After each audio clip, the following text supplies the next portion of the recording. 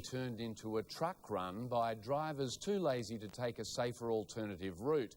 Well, a group of Carina residents say their lives are being ruined by that problem. And it coincides with council considering banning heavy trucks in some suburbs. Lexi Hamilton-Smith has more. No one can deny trucks keep this state moving. Even in Brisbane, over 80% of our freight is delivered by road. But no one could forget this scene of devastation at Bald Hills 2 years ago when a young mother was crushed to death by a gravel truck. Kerry Monks had her 4 young children in the car. She was using a road not designed for heavy vehicles, but months on, trucks continued to dodge cars. There's danger every minute, every day that those trucks are on that road. It's the kind of tragedy this group of residents at Carina now fear as more and more trucks use their street as a shortcut to local factories.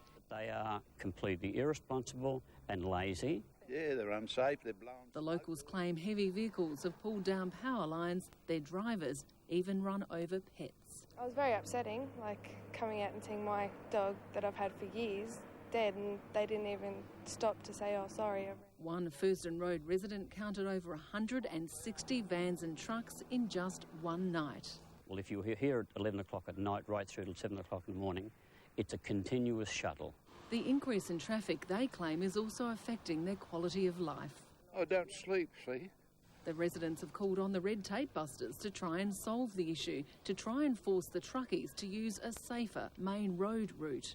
Lots of people are out there who've got the same problems. They're now pressuring Brisbane City Council to put a ban on heavy vehicles. It's something the council's already considering right across the suburbs. But we certainly will move to ban trucks if they are using consistently a suburban road when there's a true alternative, larger road. But the council also concedes bans may not solve the problem. Bans are sometimes very difficult unless there's a small piece of road that you can ban it on and there's no alternatives. So it's only in very particular circumstances. In little streets you can't suddenly say no trucks because it's too difficult to enforce.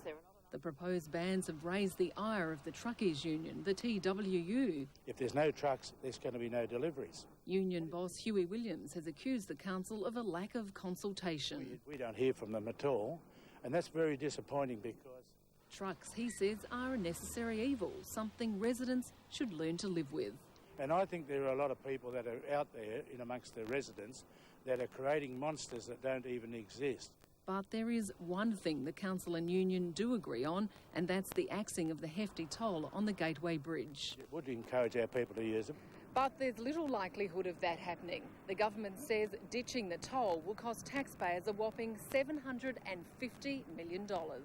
It's understood council has the support of the RACQ and urban planners for its crackdown on trucks, but getting the TWU on side is not going to be easy. I think just because there's a bit of a noise on the road from time to time, there's a lot of people complaining.